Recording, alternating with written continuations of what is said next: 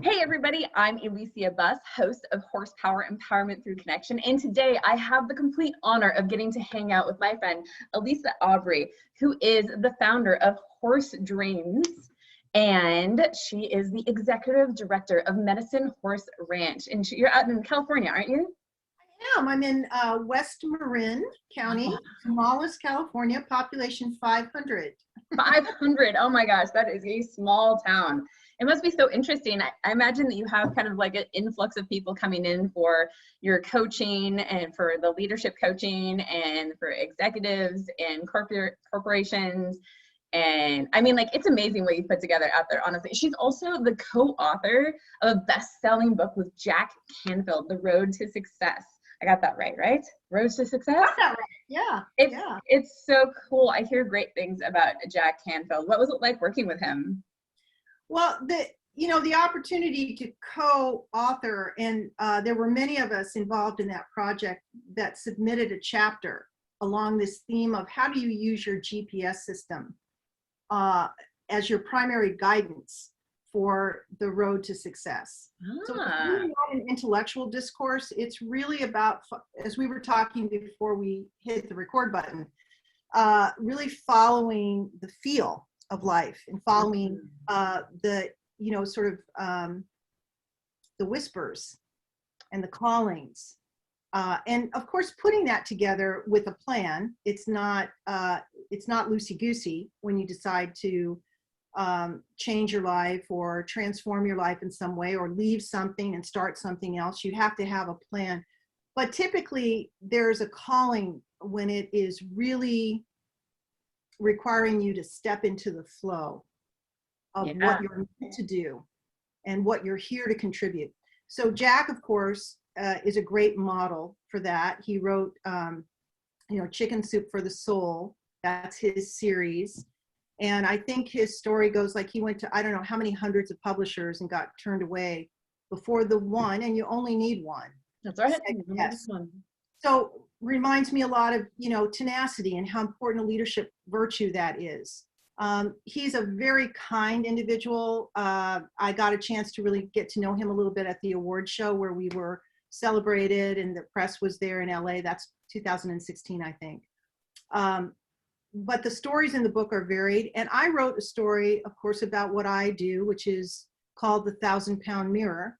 And that is really, how I think about one of the ways, not the only way, but how I think about the value of having that amazing partner with you in this discourse of personal or professional development. So. No, that's fantastic. Thank you for sharing all that. And that reminds me of something we were talking about beforehand, which is your journey. You were originally a talent scout for models. And then all of a sudden, like your friends, you're like, I'm just going to leave that whole thing that I was doing over there and like work with horses. Like, tell us a little bit more about that. Yeah, I wish it had happened like that. And then suddenly I just moved over that. That's really not how. That was really not the cake I baked. Let's see. Well, we were talking a little bit about modeling before we got on the phone and headshots and all of that. Yeah. So when I was growing up, I grew up with a mother who had been a photographer's model in New York back in the 30s and 40s, and she'd also auditioned for and gotten a part for the Ziegfeld Dancers, and her father wouldn't let her tour, so that was the end of that. So she was absolutely gorgeous, and we had pictures of her all over the place. And I think there was always a part of me, because I was the exact opposite of her. I was so shy, and she was so outgoing, and she was always signing me up and pushing me into things and suggesting that I do this or that or the other thing. So finally, when I was 16, I went in and I auditioned for a Wendy's commercial, which was the hamburger joint. And we were living in Columbus, Ohio at that time. Dave Thomas was just starting out. We did the commercial that is legendary, and you probably, because you're so much younger, have not seen it, but it's that gal with the famous tagline, "Where's the beef? Where's the beef?" So she's stone deaf. this character in the commercial who made all that money. Of course, none of us know at that point this is going to be a top A commercial and go all over the country, nor do I. And I'm an extra. I'm a salad girl in the commercial, but I'm supposed to get under the table where she's sitting and pinch her leg when it's time for her to say her famous line, "Where's the beef?" And that is my entree into the glamorous world of modeling. The commercial was local. It went national. I made some money at that time, which helped pay for my college education, and completely turned my back on all of that. I was a photography major in college. But when I came out, yes, okay. So we have a lot. I did. We have so much in common. Yeah, I took photography classes every year from 6th grade into 3 years into college. So I bet we could do a whole other conversation about that. That is still my love. Yeah. Behind the scenes and behind the camera and the lens. And my sister is a professional photographer and really quite good. Nice. So anyway, longer story longer. I was never really drawn to modeling. I got into that because I was working 4 jobs, not making any money. Not really knowing what it is I wanted to do. I had a whole list of things I didn't want to do because I had tried so many things and just, wasn't resonating. Yeah, I get it. All part of the adventure of being in your, teens and 20s. For sure. But I had a very independent streak. I knew I wanted to have my own something. And what I wanted to do was really work with animals, and I didn't have the support really. And I don't think I also, being dyslexic, I had a hard time in school. So I didn't think going to vet school was the avenue for me. And I really didn't know what the other options were. So I think back in that time, I went to college, majored in a major, didn't really follow it. I took baby pictures for a while for JCPenney's. And then was working for an airline, was working, like I said, at a bakery at 5 in the morning, 4 jobs, trying to figure out what to do and trying to pay the rent. And the opportunity to work for Barbizon Modeling School came up as an admissions director. So I went in, I was really good at it because it really wasn't modeling that I was enrolling kids in. It was personal development. Modeling was the carrot to get them to bring their grades up, to stand up straight, to learn how to take care of their skin, to learn how to look their best, be their best, develop presence. All of those things, of course, I felt lacking in. So I was living vicariously through every one of these young, mostly teenage girls who would come in, failing school, trying to find themselves. It was just like looking in the mirror. And a lot of kinesthetic learners like me. So I had sort of an instinct for how to read people. And then I saw the difference the program made. I mean, I didn't recognize these kids 5 or 6 weeks after they enrolled. And I thought, there is something here. So long story short, I ended up owning 5 of these franchises, and I became an international scout over a 30-year career. So I found my niche sort of accidentally. And then, at some point, I think this is true of the human, at least it's true in my world, the human journey. Things come to you because you need something from the experience to grow. Absolutely. I believe that's why we're here. That's the only reason we're here. Yeah. And that experience from beginning to end and all the things that I was able to accomplish, the people I met, the opportunities, the traveling, all of that, the hard work, and also coming out of my introversion, I had to learn how to be with people. That came to a halt for me. And then it was just the opposite. And this was preceding 9/11, but 9/11 was the turning point for me because I was feeling for years up until that point that something was missing. I had a big hole in my heart. I was supposedly at the top of my game. I had a great car, the story. Everything is like, look at her from the outside in. She's got the world by the tail. And I couldn't have felt any differently from the inside out. Yeah. And I went through a breakup, significant breakup, somebody I thought I was going to marry, and betrayal, and, you know, just the sort of the belly of the beast, like we were talking about, just really down to ground zero, metaphorically and really in what was going on in the world at that time. Yeah. And the unbelievable psychic shakeup that was happening in the world after September 11th was what I felt was also happening in my life. Yeah. And I couldn't get on a plane because it wasn't business as usual. I sat on the end of my bed sobbing, and I asked myself the question, what do I love and what have I left behind? And I closed my eyes, and this image of a horse came galloping through my imagination. And I thought, what? Horses. Horses. Of course, that was what I loved. And that was what I'd left behind. Because as a girl, I was horse crazy. And they were imaginary horses. I didn't have a real horse, but my bookshelves were like lined with these, you know, Friar statues. Every book I read, I had friends that had horses.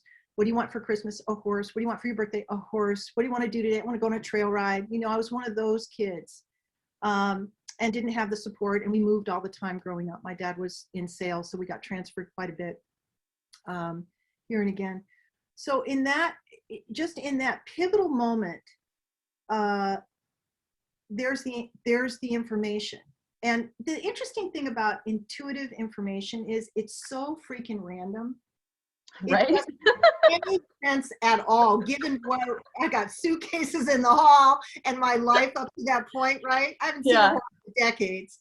Oh my gosh, so funny. It's so random. It's so easy to dismiss it. And that's why we often don't pay attention to it. But I mean, when you ask the question from the deepest part of yourself, and you get an answer, I learned a long time ago, listen. Yeah, it doesn't have to make sense. Just listen to it. It'll show you later the why you were supposed to listen to it. That's right. That's exactly right. So that started, and that was, I sponsored a horse. I thought, well, okay, I don't have a horse. I've always wanted a horse. Maybe there you go. So, you know, the idea of like doing what I do today, that was never really in that moment. I didn't even know there was this kind of work that I do today. So how did you find it? Tell us more about like how you found the work. Like, I mean, you sponsored a horse, but like, when was the moment that you started coaching with horses and partnering with people in that regard? Well, finding the form, really, I have to give credit to my horse, because she was dumping me and coming back without me every single ride. I didn't know how to handle her. She was a Mustang. I fell in love with her at first sight. I knew nothing about her. She had no use for people. She was a trail horse, but, you know, really liked kids, hated adults, and had a reputation that I didn't know about bouncing everybody off and coming back without them. And so I was scared, terrified, but of course I loved her, and I wanted to own her. I wanted to get her out of that bad owner she had that wasn't doing her teeth, her feet, you know, classic. Yeah.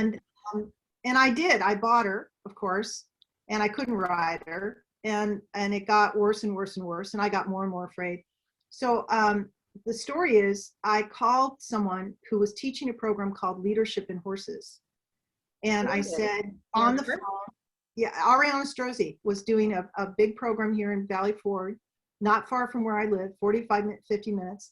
And a mutual friend now knew of her and said, you know, you should call her. So I did, and I still remember the call. I got on the phone and told her what a terrible horse I had, and that my horse needed more leadership. And she's, you know, we chuckled about it because we became great friends afterwards. And, you know, she's listening to me describe really the horse, but she knows this is all about me. And I knew it was all about me about 15 minutes into the class. And that class, and my classmates, June Gunter, Beth Hayek, they were all in that first class. And we became, not only, most of us became quick colleagues. We were working on transition, big transitions, really unhappy with something we were doing for decades. And then we saw Ariana put all of this together, and we felt the experience, the powerful experience of transformation, and what it meant to have a commitment, and the horse reading us like a book. I mean, it was so, and there's nothing published about it at this point. There's just a handful of people doing what she's doing. So June is still in the work. I'm still in the work. We sort of started together, did our own work first. And then I wanted to learn, you know, there was no certification program back then. We just said to her, can we learn from you? And so we all stayed. We stayed for years, interning and going to her programs and taking her programs and starting the EGEA conference together. We were all founders, Gabby Fabian as well. And we're all still very close. Gabby, June, and I'm not in touch with Ariana anymore, but she's doing great work out there. She still lives 15, 20 minutes away. Ariana introduced me to Barbara Rector, who really became my teacher and is the teacher for many of us and is a pioneer in this work, decades. And I think she's celebrating her 50th year. She just had her birthday. She just, it's tomorrow. It's tomorrow. I was gonna say, I was like, I thought it was like a couple days ago, but maybe Leaf just posted it early for us to send birthday cards to her. I've got my card ready to send out to her. Probably somebody you should think about interviewing if you. If I can get a hold of her. Very accessible. I'll put you in touch with her. She's great. That'd be amazing. I would be so honored, because she's definitely been on my list of people that I wanted to interview. I really want to get all the founders, if I possibly can, of the industry. But back to your question, you know, in my case, and everyone's different, in my case, the form found me. I didn't go after the form. I fell in love with a horse I couldn't handle.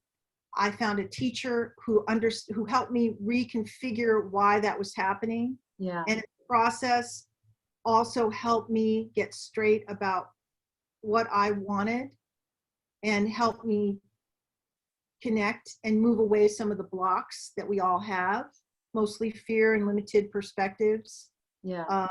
Help me heal the places in myself that needed attending to, so that I could sort of clear the decks and see the vision and start to move towards that. When I started, I worked primarily with youth at risk, which of course is not a big reach from all of the teens that I had been working with in modeling. They were very much the same population. That makes sense. So in the beginning, it was just the horse was the center of the work instead of the photographer or the makeup artist, but it was very much motivating those kids. They were coming through the same process of growing up and bumping into themselves and their family dynamics and looking to feel better and develop confidence. And what little girl doesn't want to either be a model or have a horse? I mean, it's just same population, exactly. It's like the thing that helps us, be it a horse or a makeup artist or like whatever factor, is the things that peel away our considerations that get in the way of us being our authentic selves. Yeah, absolutely. Our limited perspectives. There are certainly environmental blocks. We have a pandemic. Nobody put that in front of us, and we're all dealing with that right now in various ways. But it's my relationship to it. Absolutely. It's my relationship to the obstacle. It's my relationship to the challenge. And that's where you really find the differential. And that was so striking about, we were talking before we got on the call today, and you were sharing some of your own personal experience. You know, that tenacity and that rigor of just not allowing all the doubt to get in there and focusing on the obstacles, and you focus instead on what you want. And it galvanizes something in the universe. It absolutely does. There's no doubt about it. So that was very much my story too. I had no idea how to get from making 6 figures a year, living in an apartment, leasing a horse, and wanting to dump all of it and just be with horses all the time and make a living. Zero idea about how to do that. But I didn't spend a lot of time like wringing my hands, how am I going to do that? I just kept studying. I kept finding teachers. I kept immersing myself in the work.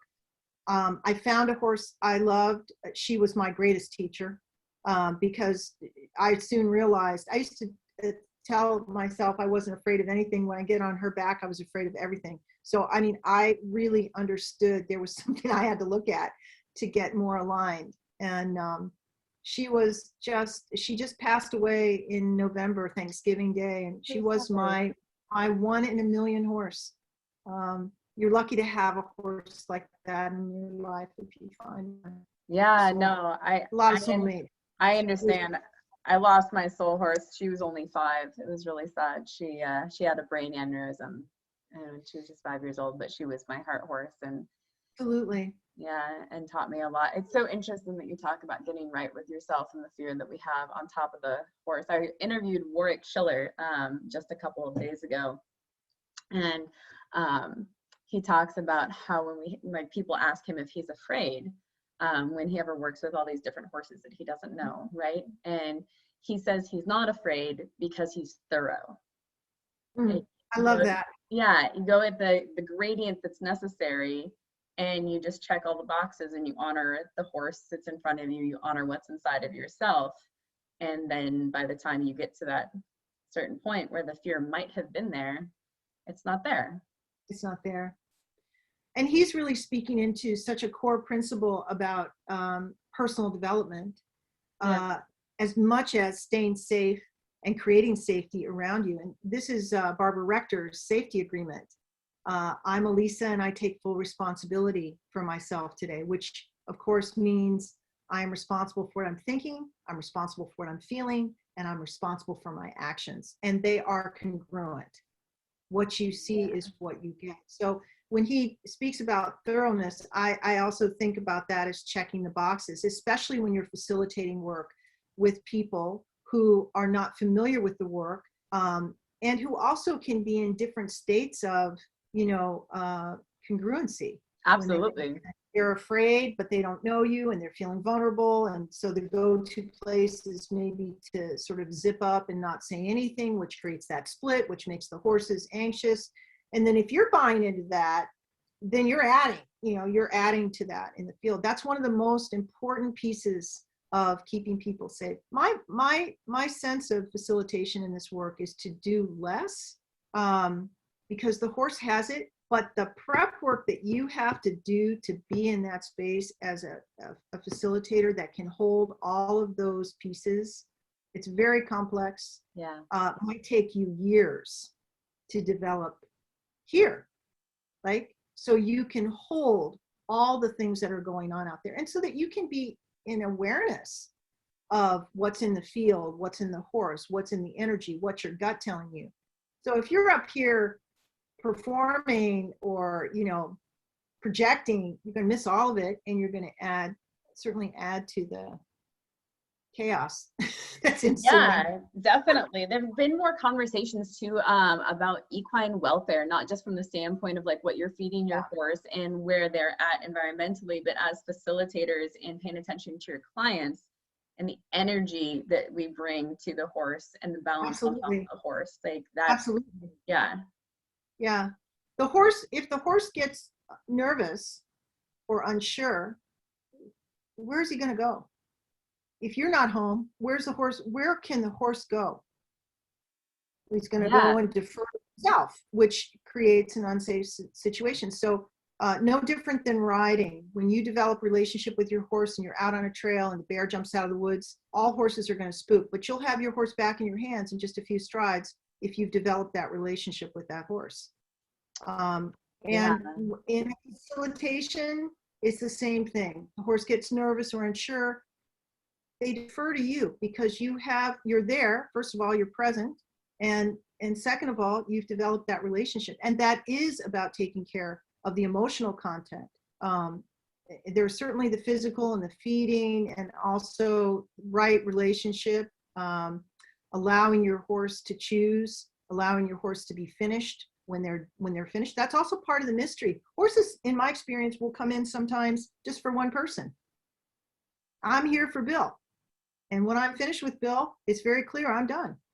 Yeah. So if I'm honoring the welfare and the real beauty of the horses leading the session, I want to recognize that, and I want to honor that for sure, and change my human plan which was to have the horse there all day, because that was more convenient than stopping and getting a second horse partner in, right? So lots of scenarios. Which is why it's so important for us to have the correct number of herd members in our team, and so that we can honor them. And I think it's interesting too, as facilitators in our society, just in general, not just in the horse world, we're told like, even if we don't feel well, we still need to show up.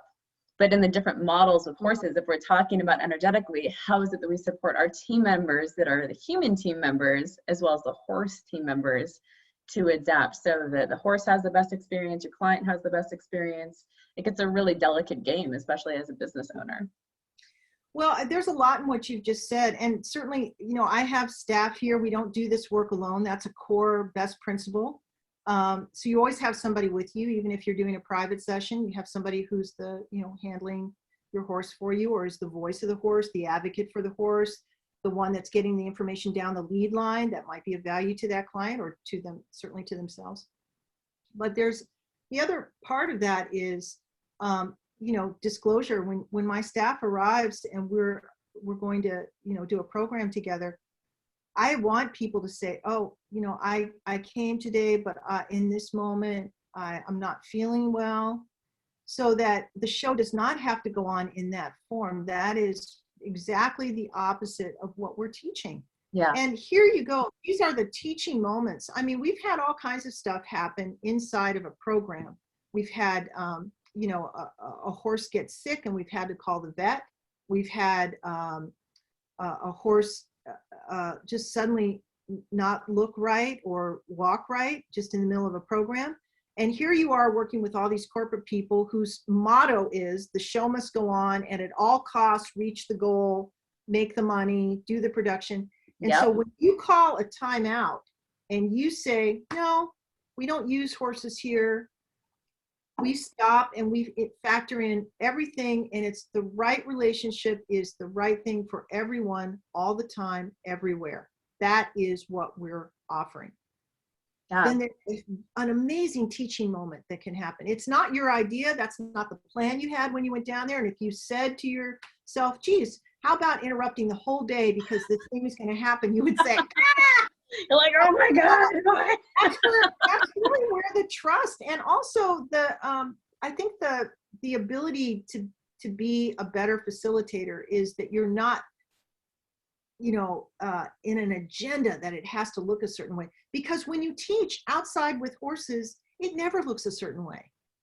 Yeah, and I think that's also the difference between having an abundance mindset versus a scarcity mindset. Because when you are so concerned about like feeding your horses or like doing X or Y or Z, then when you get in those moments where you're like, your impulse is like, well, I'm afraid, like, if I cancel this, are they going to need to have their money back? Like, it'll probably be okay. The horse isn't that bad, or I feel pretty good and it's going to be fine. You know, and I'm not judging or belittling anybody out there that does that, because I know what that feels like. But when we have faith and we're able to step through that, and like Alyssa said, that we can have a teachable moment for the people that we're facilitating, then it becomes better for everybody. I don't think there's any accidents. I remember years ago, I had a group of executive women out here, and it looked like it was going to rain, which I don't have a covered arena. We're not able to get one because of the land easement we have that we have to live with out here, which is not untypical with generational land. But anyway, you know, you don't want it to rain, and at the same time, you're doing your best to schedule programs in the not rainy season. So we've got a group of 15 executive women out here. It's the first time they've been here. My ego wants everything to go well. I want people to get a lot out of the program, right? And the gray clouds and the coastal winds. And so we're dealing with this all day. I'm sort of holding my breath. And there's a gal in the class that is working on literally bringing her voice forward. And she's in this male-dominated team, and she is really feeling very suppressed. Everything about her body is sort of concave. She talks like this. And all day long, I'm like, what did you say? I'll call her Mary. What did you say, Mary? And everybody's going, what did you say, Mary? And so she tells us, you know, this is a throwback from really being suppressed as a kid, her worth. She's very clear about how this happened. And still, that's an embodied experience, especially under pressure. And so, so anyway, we're in the barn and we're making our declarations, right? Like our I am statements, and we're going to go practice that with the horse. And we go around, and she's the last one to talk. And suddenly the heavens just open up. I got a tin roof, so you know how rain sounds. Oh, I do. I love that sound. Your mouth moves, you can't hear anything, right? You can't. Like, what? Finally, It totally happened at a clinic I was at like 2 weeks ago. There was thunder, lightning, and it's like pouring down rain, and all the people and the horses had to come into the barn. running inside, right? Everybody's all like in there, and it's just like, you're like, what? So she's got to saddle up, and we can't hear her, and she's, mouthing, and we can't hear her. And finally she just lets it rip. And we all heard it. And the minute she finished speaking, rain stopped like that.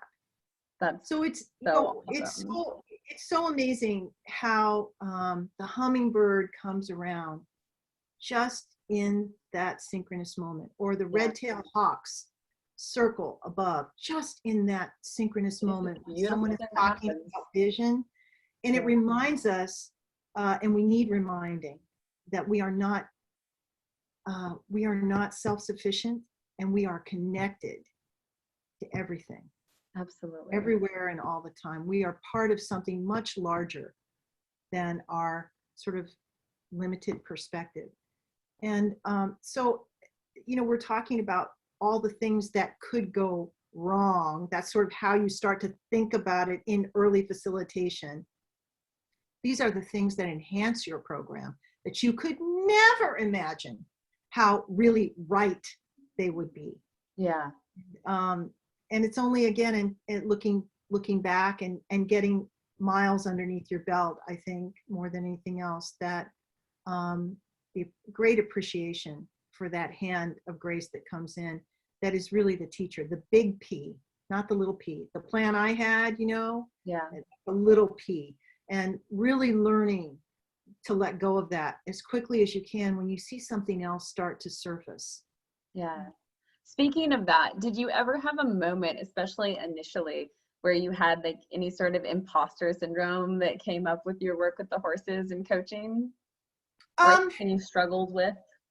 I struggled with controlling the uncontrollable, which was all the things that could not go right, like the weather and things along those lines. So I had a lot of struggle in the beginning, wanting things to be really good for the client, and having a very limited vocabulary in terms of what that actually meant, which is what I'm speaking to. However, I train a lot of new practitioners, and so what you're talking about is very familiar to me. I didn't experience that per se, but almost every single intern practitioner that comes in goes through some phase of that. Like, who do I think I am doing this? And so I'm aware of it, and I certainly have had it in my sphere with new practitioners. How do you help them through that? I think the biggest thing is that there's something underneath that you have to get to, and that might be slightly different for people. Yeah, for sure. Sometimes it is a self-imposed boundary that is put up so that we don't have to see what's on the other side of that, which is our excellence and also our responsibility to keep moving forward. Yeah. So I say I have a goal, and then I go, a certain amount, and then I go, well, who do I think I am? And then I can sort of backwash or backtrack. And so for some of my practitioners, it's a self-sabotaging thing that is, they're not aware that that's what they're doing. But it's sort of couched, in a certain way, that if I cop to being a fraud and just not knowing anything, then that takes me off the hook for having to produce and to go that next step, to push myself through the discomfort that I'm feeling. Because in any learning, we're going to come up against being uncomfortable. For sure. I mean, we just are, especially as adults. Yeah, where we're always supposed to know everything, and that being wrong is like this terrible thing. like Yeah. that word, being accountable, versus Yeah. just understanding that being wrong and holding yourself accountable is just an opportunity to grow. And I think even in that piece of what you said, because this is how all that gets in there. We are unbelievably surrounded by this judge, this inner critic. We all have one. And when it comes out, and it comes out in these various forms, proclaiming myself as a fraud to myself, even if I haven't said it to you, I suddenly start to embody all of this, sort of shyness, or however it's showing up. But that's the anti-learner. Yeah. When the judge is present, you can't learn. Curiosity goes out the window. We make things right, we make things wrong, we make things good, we make things bad. This is our demise as a species, as far as I'm concerned. For sure. And I think when we're being judgmental, be it towards ourselves or somebody else, we're not actually present. No, we can't be. You can't be present. And if you're not present, then you're not living your full authentic self. Right. And you're struggling to connect authentically to yourself, to other people, to your horses, to your dog. It's a layer, a boundary between you. Yeah. And it's armoring. We're in here I am, or I pretend I am, instead of the I am essence. And so that part of ourselves that we whatever the fear is, you're not going to like me, you're going to reject me. Usually it's one of two things. We're all kind of hardwired biologically the same way. Yeah. But it is a natural, not natural, but normal thing to have happen. And that is also part of, I think, setting the table when people come in to learn. What gets in the way of learning? You watch kids go out and they fall down in a mud puddle and they get up and they go, ta-da. You watch an adult fall out and trip and they get up and they look around to see who saw them trip, right? So we have to recognize, first of all, I love that. That's what we've done. That's what we've done with the experience. And second of all, come back to ourselves and then really create the environment that is a learning environment, which is using I statements, which is data is not judgment.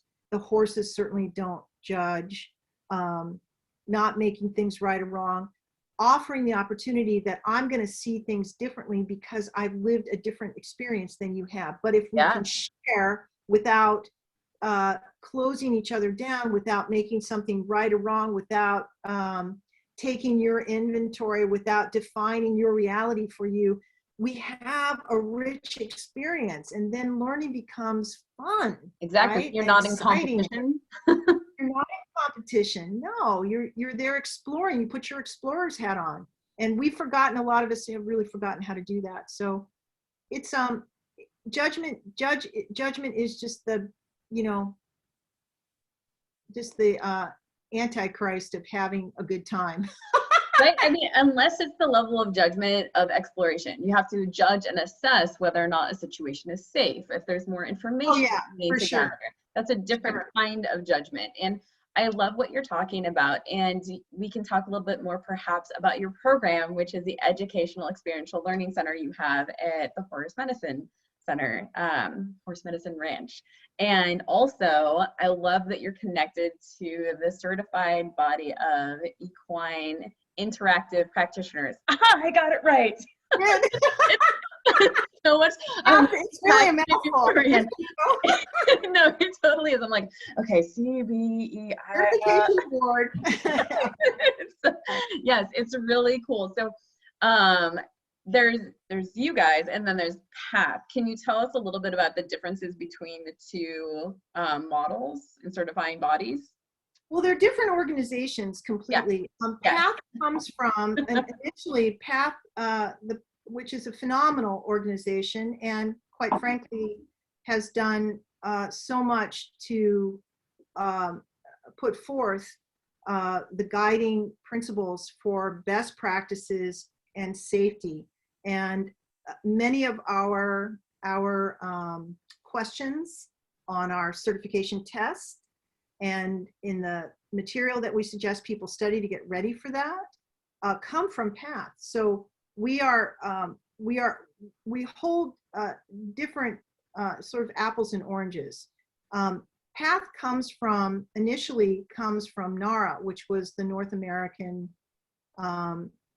riding for the, as they called it, handicap back in the day. Back in the day. So back in the day, were disabled or physically challenged clientele, mostly kids, I think.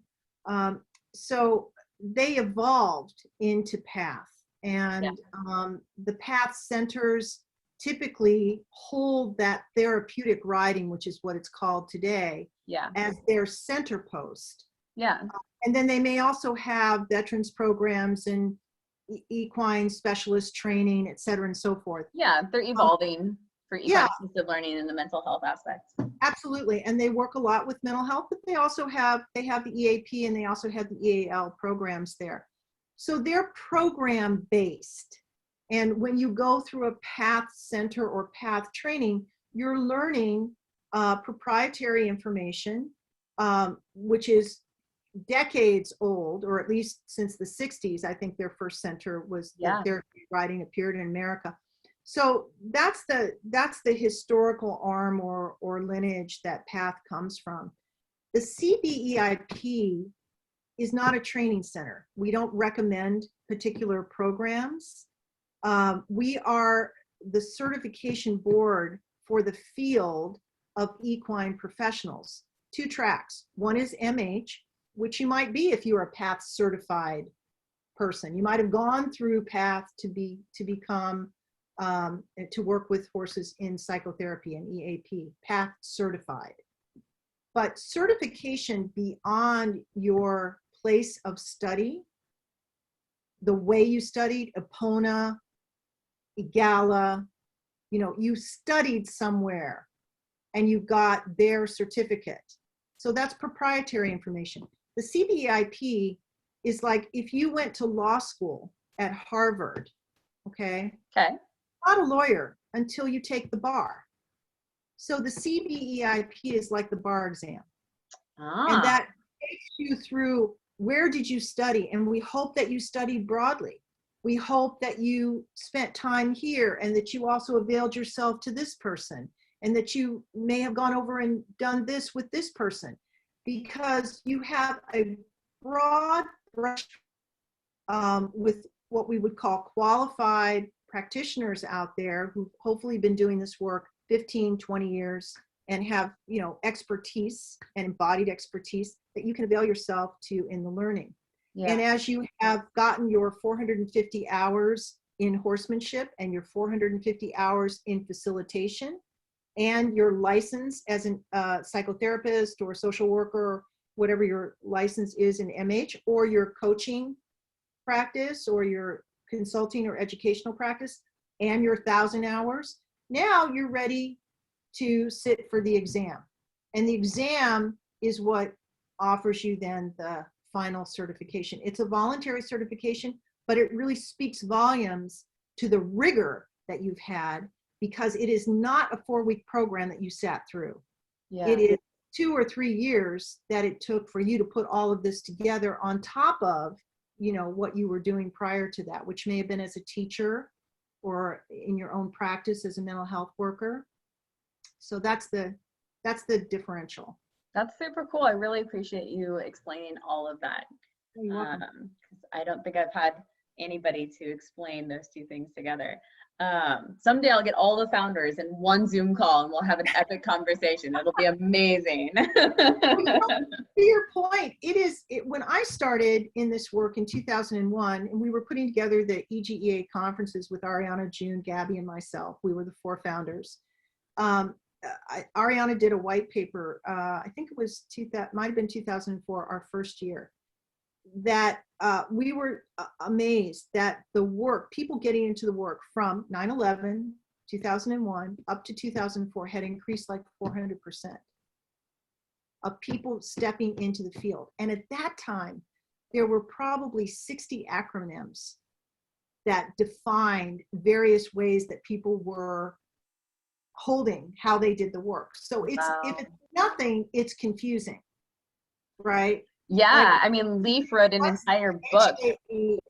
oh my gosh, and for someone just stepping into it who doesn't really understand the lineage or the history or what end is up or where should I point myself to learn, it can be really, really, really confusing. And Yeah, which is that's which is why I'm working to create a platform on a TV network where I can interview people and have them submit their videos, like a 2-part series for every single model, so that everything is in one spot that people can know to go to, and they can find what indicates to them at this part of their journey. great. That's great. And I would love to stay in touch with you about that, because I think that we probably get a lot of the same questions at the CBEIP that you're getting, Yeah, in terms of someone who really had, and here's the other thing I would say about that. We saw this amazing uptick after 2011 of people wanting to get into this work. hmm, We're seeing it again. There's yeah, no accident that that's happening again. The place where, you know, the world turns upside down, uh, points us back to ourselves and saying to ourselves, listen, I don't have all the time in the world. yeah, What has heart and meaning for me? What really matters to me? And how do I extract that? And how do I live from that place more fully? yeah, So it's not surprising to me that people are uh, trying to find their way back to their own, you know, self that a lot of people have lost, and they're starting over, or yeah. they're starting from. And all roads lead back here. You know, some roads lead out there, all roads lead back here, Yeah. when we're making change. Yeah, absolutely. And I just love that. And I interview people from all different kinds of models because I don't want to say one is right and one is wrong. You know, we Yeah. have 9 different intelligences from multiple intelligence theory. There are different attachment styles, different love languages, different, you know, like just life experiences and populations that we resonate with. And it's not a one size fits all. Not at all. Not And at all. yeah, so I never want to And say that like exactly. that's what you can do. Only do that one. It's just like, No, no. no. And that's exactly from our point of view, in terms of a certification process, we're suggesting to people that they study broadly, and we're not pointing them to any particular model. That's Find, you know, right.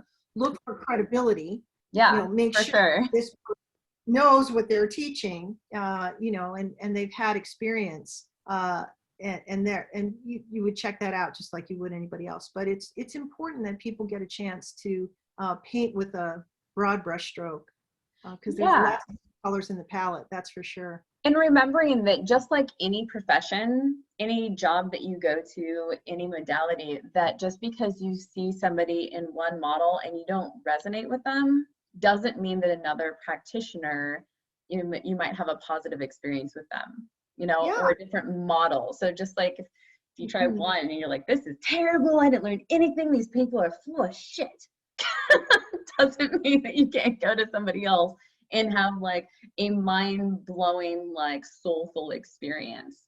So just putting that out there for people. I think too, when you're learning something new, and I've experienced this in writing. Uh, when I started in this work, in the work we're talking about, there were only a handful of people out there that were teaching.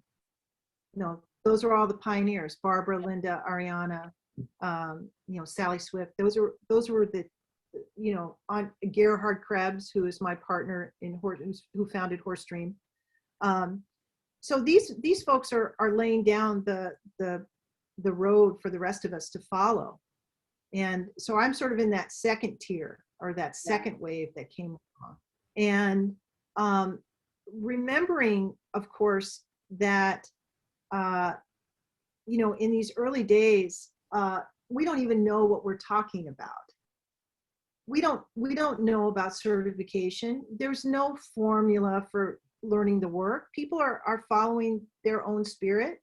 Barbara comes from the recovery program. She starts the first recovery program in Sierra Tucson, but her background had been in therapeutic writing.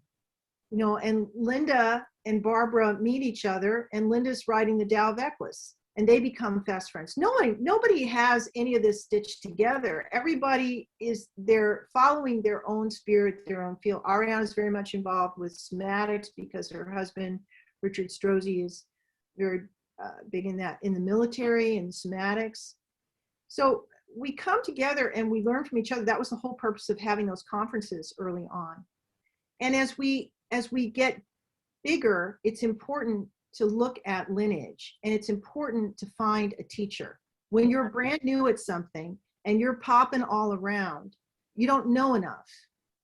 You don't know enough, and you don't understand enough about foundation, about principles, about practices. So it's not so much that this offer is different. It's that all roads meet back where welfare of the horse is important, and safety is important, and criteria about, in terms of laying down foundation principles, are important. And teachers that are out there teaching are all alike that way. Yeah, and that's why it's so important to me with what I do with the horses as a body worker and also a transformation coach, to help people be aware of what occurs in their body of tightness and pain. And they get on their horse and the horse is trying to balance both of them. And then tightness and dysfunctional patterning occurs in the horse, which then can cause lameness, emotional issues, like psychologically. And people spend a whole bunch of money on their horses, oftentimes for like good feed, chiropractic or massage, or like the vet coming out, not realizing that if they just actually took care of themselves and got like massage, chiropractic, did yoga, like exercise to balance the muscles in their own body, or like mindset and coaching to understand how their energy was affecting their horse, just their energy, you know, because somebody comes into your field and you're just like, oh, they're in a bad space, and you just kind of cringe up again, like that, like just subconsciously you're tightening the muscles of your body. Like, why would our horses not do that energetically, you know? They do. And that's the whole mirror principle. That's the whole mirror principle, whether it's physical, taking that on physically because they have to overcompensate for the fact that you're not centered, you're not balanced, you've got pain, so you're overcompensating. That goes into the physical body, but it also goes into the emotional field. And that overcompensation, or that energy, is our primary is our primary language. It's energy that everybody is reading, not the words. You can say anything. It's the tone behind the words. It's the facial expression, Absolutely. And this is exactly the premise of our work. But understanding that, especially when you're starting out, so that people are not projecting onto the horse, they're not anthropomorphizing the horse. You know, this is a skill set, and you want to have consistency wherever you study. That's why I think identifying a teacher and then studying broadly from there, but getting yourself sort of rooted in the principles, right, is really important. And being patient, right? Like, because it's a gradient, and, you know, like letting go of ego and expectations, and just like letting it takes the time that it takes for you to learn and unlearn things sometimes. Yep. Oh yeah, a big part of that, for sure. Absolutely. Yeah, but without like shaming or judging yourself about it, because oftentimes we have guilt because we love our horses so much and we want what's best for them. And sometimes when you learn something new and you're like, oh, like I wasn't interacting with my horse in the most ideal way possible, but like letting that go, forgiving yourself, and just moving forward is it's so important. You know, I think sometimes we really forget how generous our horses are, and how much they've forgiven. I mean, they have been on this planet over 60 million years.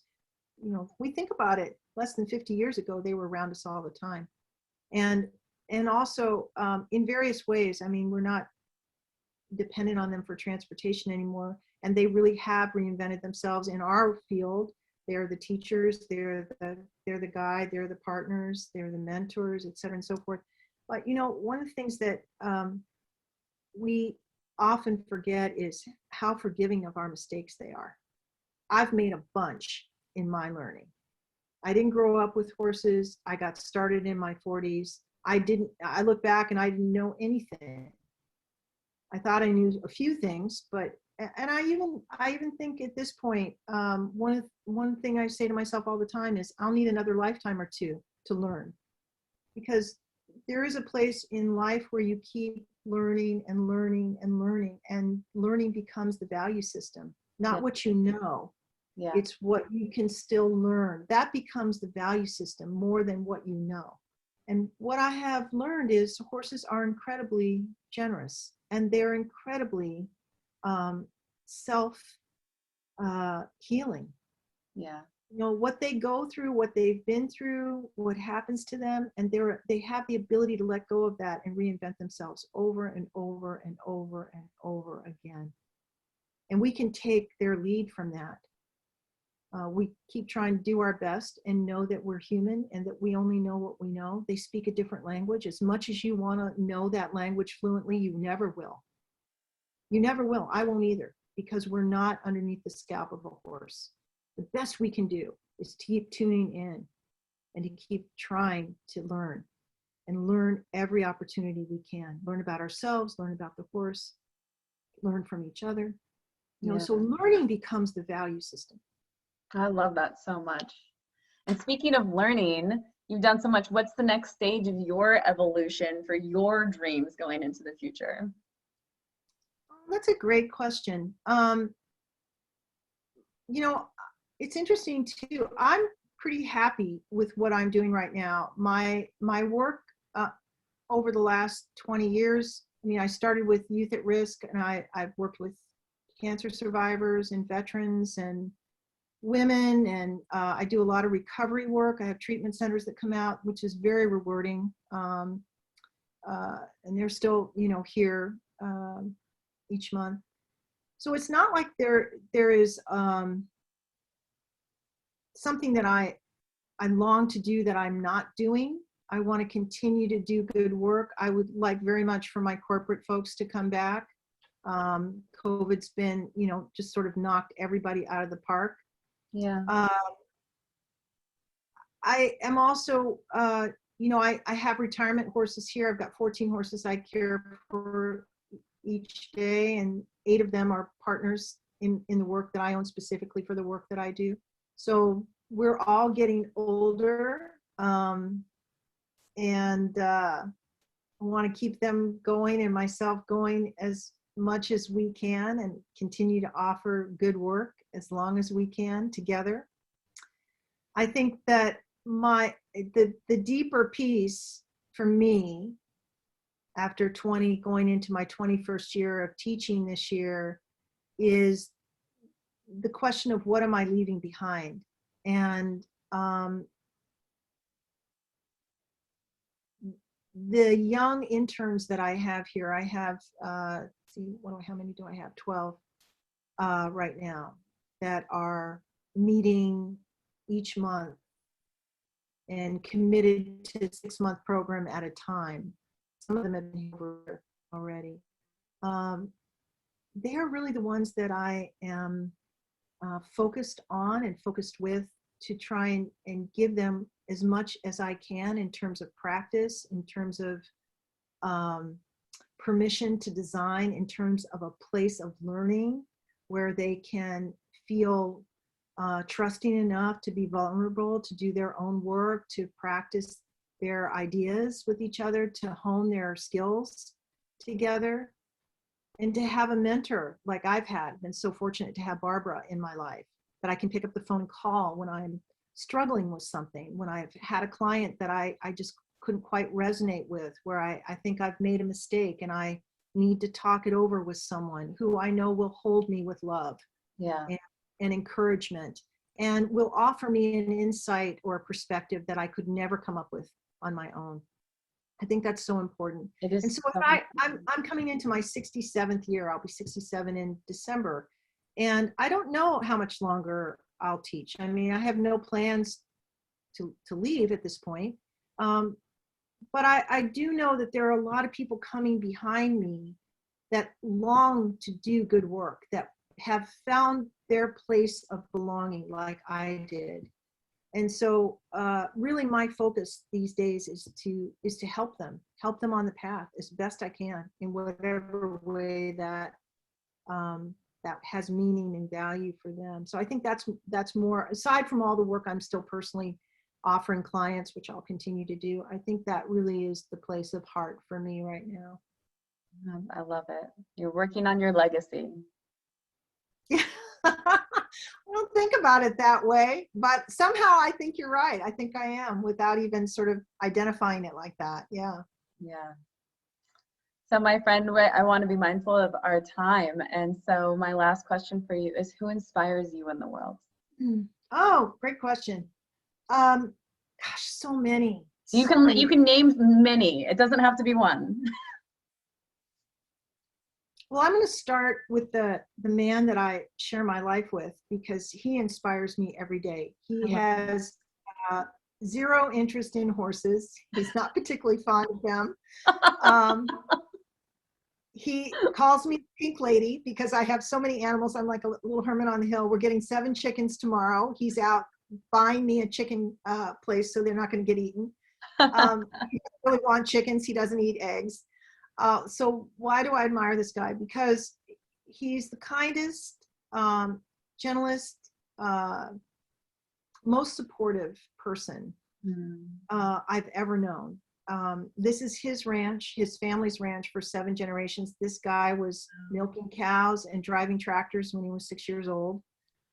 He's lived on this land his whole life. He listens to the land. He can find water with a stick and do water witching. He's taught me. That's so cool. He has also made a way for his family, for his daughters and his grandchildren. Makes me want to cry. That's okay. He's worked his whole life. He's worked his whole life. He knew who he was when he was born. Wow. He's been handed this unbelievable responsibility, because living on land today in Marin County with all the restrictions and everything takes everything you have. Yeah. Morning, noon, and night. He's one of the most unselfish people I have ever known. And he's dedicated his entire life to taking care of this beautiful property and making sure that it's here for his kids and his grandkids and me. So I admire that dedication and that devotion. Devotion is something I think is lacking today in this world. Yeah. Devotion. So I'd have to say Gary, my partner, Gary Thornton. That's beautiful. He's a beautiful man, and he's patient. So that's been, I think, no accident that we're exactly the opposite. I'm like quick draw McGraw, and he's the deputy dog coming along. He has slowed me down, and he's put roots on my gypsy feet, which I never had before I moved here. And he's really created let me create my world and supportive of it. And so I deeply love and appreciate him and admire him. That's beautiful. May we all be so blessed as to find a partner like yours. Yeah, may we us. all be so blessed. Absolutely. Absolutely. All right, my friend. Well, I thank you so much for your time and your vulnerability and everything that you do to contribute to this field and to make the world a better place. Thank you. I'm so glad we got a chance to finally connect after so many false starts. It's only been since like last June or something. We can say we're two really tough gals. We hung in there until we made it happen through fire and everything else that happened last year. It's true. The fires in California, and I appreciate you sticking with me as well. So yeah. Stay in touch. I will. I definitely will. Let me know how I can support you in what you're doing, and thank you so much for everything you're doing. Thank you. To bring us in the field forward in the way that your particular view and slant and gifts and creativity is making it happen. Thank you. Thank you. I very much appreciate that. Yeah. All right, ladies and gentlemen in the audience, we'll see you later. Bye. Bye. Bye.